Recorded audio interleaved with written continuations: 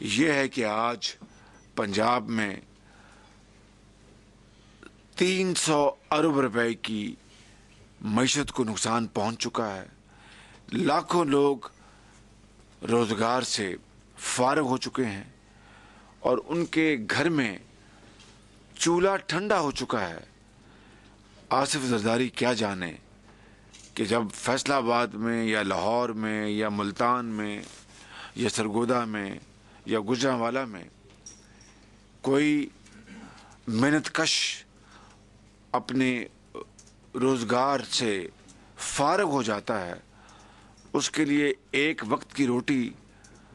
تلاش کرنا ایک کار دارت بن جاتا ہے. وہ کہاں سے اپنی غریب بیٹی یا بیمار بیٹے کے لیے دوائی لے کے آئے گا، یا بچوں کے لیے کتابیں لے کے آئے گا،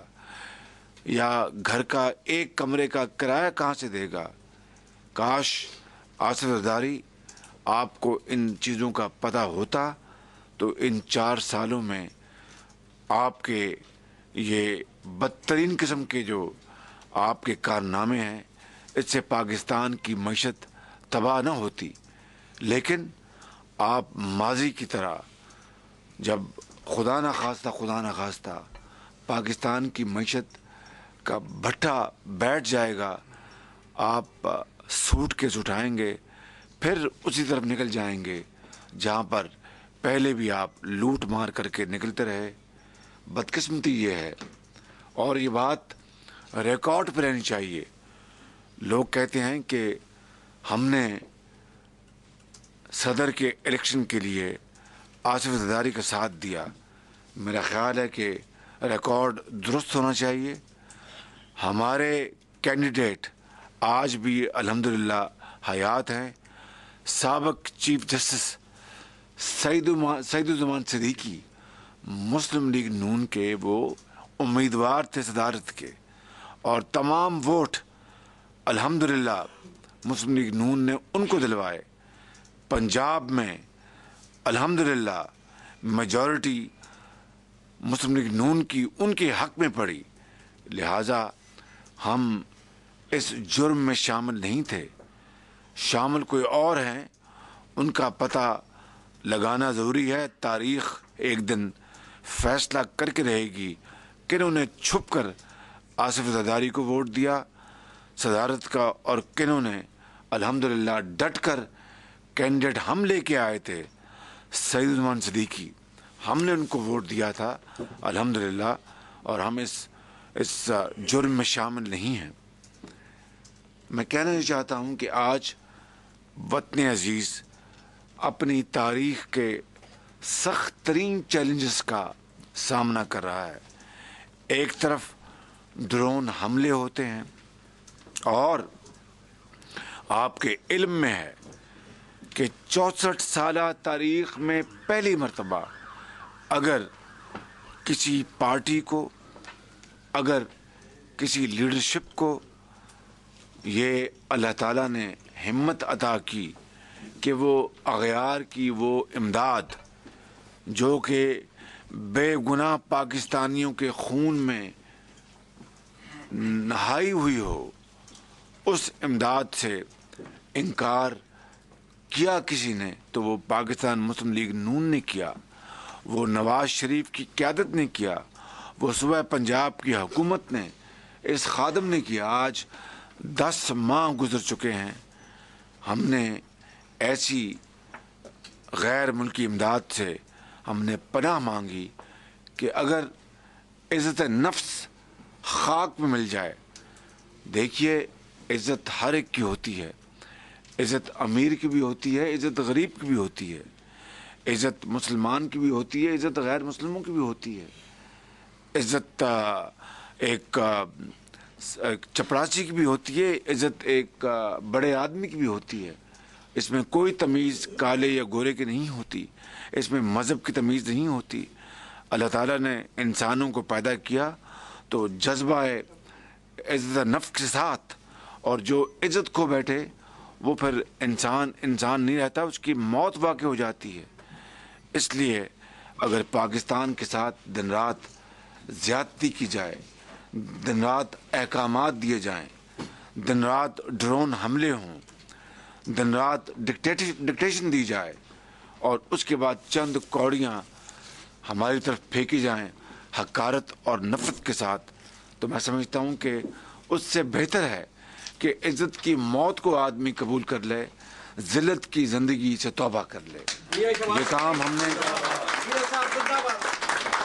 کام ہم نے کیا اور الحمدللہ میں رات کو بڑی سکون کے ساتھ نیند آتی ہے، کوئی قطعاً کوئی خوف نہیں،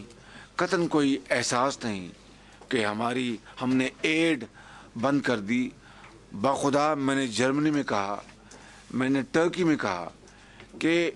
ایڈ اور ایسی امداد جس میں آپ کی عزت نہ رہے، جس میں سیاسی شرائط ایسی لگائی جائیں جس سے کہ زندگی آپ کے اوپر تنگ ہو جائے، سانس لینا مشکل ہو جائے، تو میں سمجھتا ہوں کہ وہ ایڈ نہیں ہوتی، وہ ایڈز بن جاتی ہے۔ جس طرح ایڈز ایک انسانی جسم کو پہلے بیمار کرتا ہے، پھر کمزور کرتا ہے، پھر وہ بستر مرگ پر لیٹ جاتا ہے، پھر وہ گاجر مولی بن جاتا ہے، پھر اس دنیا سے رخصت ہو جاتا ہے، جس طرح ایڈز ایک انسان کو لاچار کر کے ختم کر دیتی ہے، اس طرح ایسی غیر ملکی امداد، ایسی ایڈ جس میں زندگی کی رمق ختم ہو جائے، عزت ختم ہو جائے، وہ بھی اسی طرح سوسائٹی کو ختم کر دیتی ہے۔ لہٰذا یہ بات میں آج آپ کو کہنا چاہتا ہوں کہ آصف زرداری وہ شخص ہیں جنہوں نے پاکستان کی عزت کو خاک میں ملا دیا، پاکستان کو اندھیروں میں دھکیل دیا۔ ہاں، ان کے پاس بے نظیر انکم پروگرام کے نام پر اربوں کھربوں لوٹنے اور جیالوں کو دلانے کا تو پیسہ ہے، لیکن پشاور سے لے کر کراچی تک اور خاص طور پر پنجاب کی صنعتوں، پنجاب کی ٹریڈ، پنجاب کی کامرس، پنجاب کی صنعت و حرفت، اس کے لیے کوئی پیسہ نہیں ہے۔ آج 800 ارب روپیہ سرکولر ڈیٹ کا حصہ بن گیا ہے۔ جب تک یہ پیسہ تیل کی کمپنیوں کو، بجلی پیدا کرنے والی کمپنیوں کو ادا نہیں ہوتا، پاکستان اندھیروں میں بھٹکتا رہے گا۔ پرسوں آپ نے سپریم کورٹ کا فیصلہ سن لیا، پڑھ لیا، اور یہ بھی کریڈٹ پاکستان مسلم لیگ نون کو جاتا ہے کہ خواجہ محمد آصف جن کو قائد محترم میاں نواز شریف نے ہدایت کی کہ وہ سپریم کورٹ جا کر رینٹل پاور پروجیکٹ کے نام پر جس طرح قوم کی دولت کو لوٹا گیا اور جس طرح قوم کو غریب کیا گیا، جس طرح بیوہ یتیم کا حق چھینا گیا، اس کی ڈٹ کر وہاں پر پیروی کریں۔ اور الحمدللہ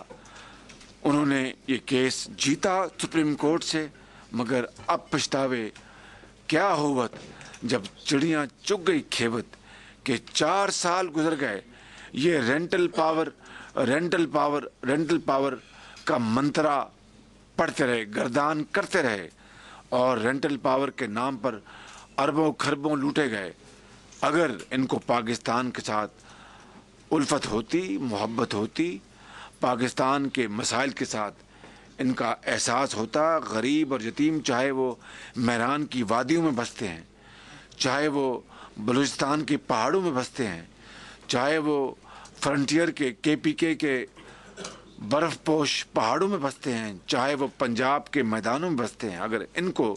پاکستان کی مٹی کے ساتھ پیار ہوتا تو 4 سال پہلے رینٹل پاور پروجیکٹ کے نام پر یہ فراڈ نہ کرتے، یہ کوئلے کی بنیاد پر بجلی پیدا کرنے کی منصوبہ بندی کرتے، یہ 75 شوگر ملوں میں گنے کے پھوک کی بنیاد پر، جسے بگاس کہتے ہیں، منصوبہ بندی کرتے 4 سال پہلے۔ میرے بھائیوں اور بزرگوں اور بہنوں اور برطانیہ میں اور یورپ میں بسنے والوں، میرے عظیم پاکستانیوں، بخدا میں آپ کو یقین دلاتا ہوں کہ آج پاکستان اندھیروں میں نہ بھٹک رہا ہوتا، مگر کیا کیجئے، انہوں نے پیسہ لوٹا، انہوں نے پاکستانی بینکوں سے روپیہ برباد کیا اور آج قوم کی معیشت کو برباد کر دیا ہے۔ میں آپ کو یہ کہنا چاہتا ہوں، اور میں نے اگلے دن بھی ایک انٹرویو میں کہا، اس نے مجھے پوچھا کہ اگر آپ کو اللہ تعالیٰ نے موقع دیا تو آپ کیا کریں گے اس کو بجلی کو کا بحران ختم کرنے کے لیے؟ میں نے ان سے کہا کہ اگر زندگی رہی اور میاں نواز شریف کو موقع ملا، پاکستان کے عوام نے موقع دیا، تو میں قوم سے وعدہ کرتا ہوں کہ انشاءاللہ خدا کی مہربانی سے اور آپ کی دعاؤں سے اگر اللہ نے موقع دیا تو نواز شریف کی قیادت میں صرف 3 سال میں بجلی کا بحران پاکستان میں ختم کر دیں گے انشاءاللہ تعالیٰ۔ مجھے انہوں نے کہا وہ کس طرح؟ میں نے کہا جس طرح ان 3.5 سالوں میں میں نے راول پنڈی سے لے کر بہاولپور اور بہاولپور سے لے کر ڈیرہ غازی خان اور ڈیرہ غازی خان سے لے کر ساہیوال اور ساہیوال سے لے کر لاہور اور قصور، جس طرح میں نے اور خدا کے فضل و کرم سے ہم نے سڑکوں کا جال بچھا دیا، فلائی اوورز بنا دیے، دانش اسکول بنا دیے، پنجاب ایجوکیشن انڈاؤمنٹ فنڈ سے 30,000 بچوں کو وظائف اربوں روپے کے دلا رہے ہیں، جس طریقے سے ہم نے کوٹ سبزل سے لے کر رحیم یار خان سے لے کر اٹک تک ہم نے 4,300 اسکولوں میں 5 ارب روپے کی لاگت سے IT لیبز لگوا کے دی ہیں، جس طرح آشیانہ اسکیمیں شروع کی جہاں پر امیر نہیں، جہاں پر کبیر نہیں، جہاں پر وزیر اعظم نہیں، جہاں پر بڑے بڑے لوگ نہیں یا سمگلر نہیں، جہاں پر عام پاکستانی کے لیے، چاہے وہ یتیم ہے، چاہے وہ بیوہ ہے، چاہے وہ میٹر ریڈر ہے، چاہے وہ کلاس 4 کا ملازم ہے، چاہے وہ شہید کا بیٹا یا بیٹی ہے، چاہے وہ کوئی یتیم کوئی بھی ہو، اس کو بڑے شفاف طریقے سے ہم نے ایک انتہائی شاندار گھر اور تمام سہولتوں سے مزین ہم نے وہاں پر اسکیمیں بنا کے دی ہیں۔ کیا یہ کوئی الادین کا چراغ تھا؟ کیا یہ کوئی نوری ناری تھا؟ نہیں،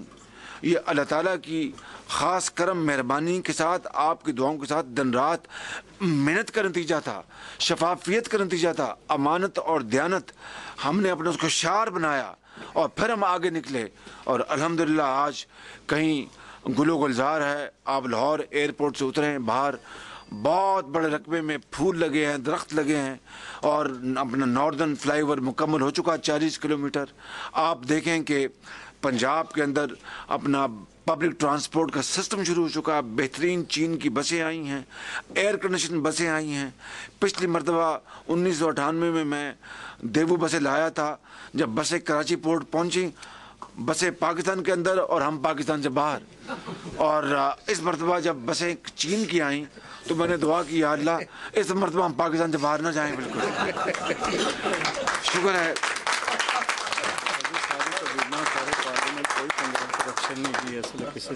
شکر ہے الحمدللہ، وہ سینکڑوں ہزاروں بسیں پہنچ گئی ہیں۔ اب راول پنڈی میں، اب ملتان میں، گجرانوالہ میں، فیصل آباد میں اب پبلک ٹرانسپورٹ کی سروس وہاں پر بھی شروع ہونے والی ہے۔ لاہور میں نے پاکستان کی تاریخ میں پہلی مرتبہ میٹرو بس کا نظام، اس کے اوپر کام شروع ہو چکا ہے۔ ترکی نے ہماری بے پناہ مدد کی ہے، سالڈ ویسٹ مینجمنٹ، جس طرح لندن سے بھی بڑھ کر نظام ہم نے لاہور میں اس کا آغاز کر دیا ہے پچھلے مہینے، اور 7 سال کے لیے ترک کمپنیاں وہاں پر صفائی کا، غلاظت کے ڈھیر اٹھانے کا، ٹرانسپورٹ کرنے کا کام شروع ہو چکا۔ مگر اس میں تمام چیزوں میں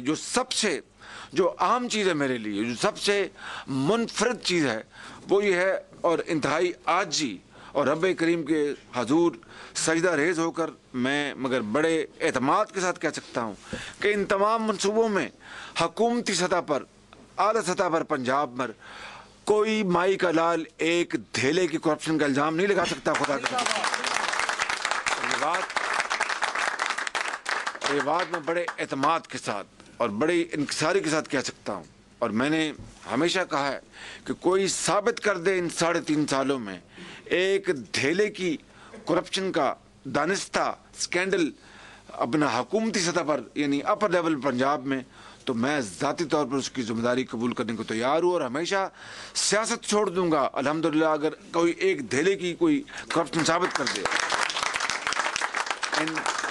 ان تمام مشکلات کے باوجود کہ جب وفاقی حکومت کا پنجاب کے ساتھ سوتیلا رویہ ہے, سوتیلی ماں کا رویہ ہے, چاہے وہ ڈینگی ہو, چاہے وہ 2010 کے فلڈز ہوں, مگر الحمدللہ ہم نے ہمت نہیں ہاری اور نواز شریف کی قیادت میں ہم نے دن رات, چاہے ڈینگی ہو, چاہے جنوبی پنجاب میں سیلاب ہوں, اربوں روپے کے ساتھ ہم نے نئے دیہات بنا کے دیے, ایسے دیہات جو مینچسٹر کے نواح میں, جو برمنگھم کے نواح میں, جو لندن کے نواح میں دعوے کے ساتھ کہہ سکتا ہوں, جو ہم نے درجنوں دیہات بنائے جہاں پر اعلیٰ ترین ان کو گھر بنا کے دیے ان دیہاتیوں کو, اور ہم نے وہاں پر سکول بنا کے دیے, ڈسپنسری بنا کے دی, وہاں پر سولر کے پینل کے ساتھ ان کے گھروں میں بجلی ہم نے مہیا کی, وہاں پر مارکیٹ بنوا کے دی. یہ ماڈل دیہات جہاں پر فلڈز نے تباہی کی تھی, اربوں روپے کی رقم کے ساتھ بنا کے دیے. اور میرا ایمان ہے کہ آئندہ جب بھی ان علاقوں کے لوگ جب اپنے تئیں جب گھر بنائیں گے, دیہات بنائیں گے, تو اس ماڈل کو وہ اپنے سامنے رکھیں گے, کیونکہ اگر شہر کے لوگ صاف ستھرا رہنا ان کا حق ہے تو دیہات میں بھی لوگوں کو صاف ستھرا ماحول, گھر, سکول اور ڈسپنسری میں رہنا ان کا حق ہے. یہ ہم نے کام ان کو الحمدللہ کر کے دیا. اب لیپ ٹاپس ہم نے پورے پنجاب میں لاکھوں بچوں میں جو کہ انتہائی قابل ہیں بچے اور بچیاں, اور وہ بھی پورے پنجاب کی یونیورسٹیز اور کالجز میں صرف اور صرف میرٹ, کوئی یہ نہیں ہے کہ یہ مسلم لیگ نون کا بچہ ہے یا یہ جماعت اسلامی کا بچہ ہے یا یہ پیپلز پارٹی کی بچہ ہے یا کوئی پی ٹی آئی کا بچہ ہے. بخدا میرے پاس بھی اختیار نہیں کہ میں کسی کو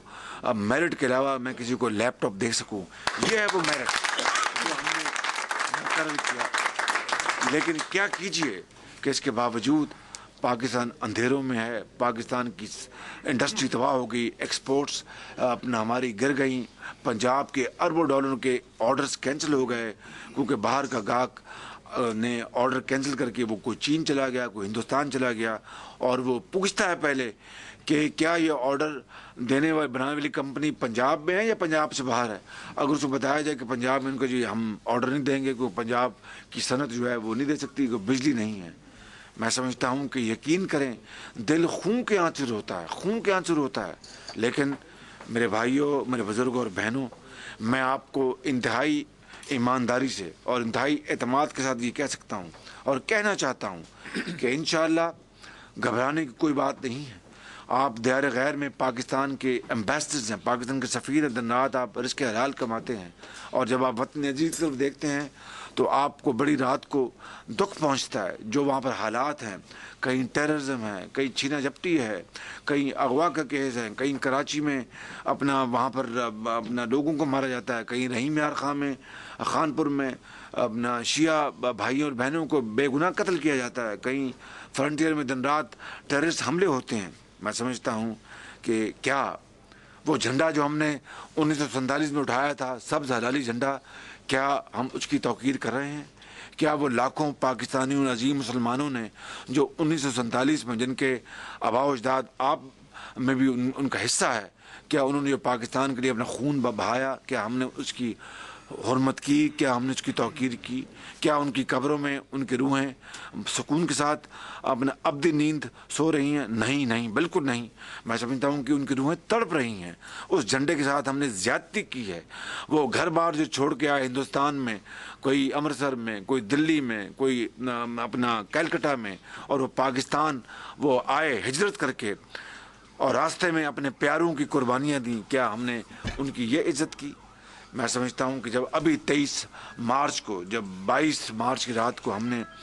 بنگلہ دیش سے کرکٹ میچ ایشیا کپ جیتا, تو پاکستان میں بھی برطانیہ میں بھی آپ نے خوشیاں کی ہوں گی, ہم نے بھی سب نے خوشیاں کی. لیکن کبھی اس رات یہ سوال ہم نے اپنے دل و دماغ میں دوڑایا کہ اگلے دن 23 مارچ ہے, اور 23 مارچ 1940 کو مینار پاکستان کے سائے تلے عظیم قائد اعظم محمد علی جناح کی تحریک اور ان کی قیادت کے نیچے بنگال سے بھی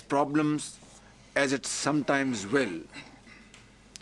when the road you are trudging is all uphill, when the life gives problems as it sometimes will,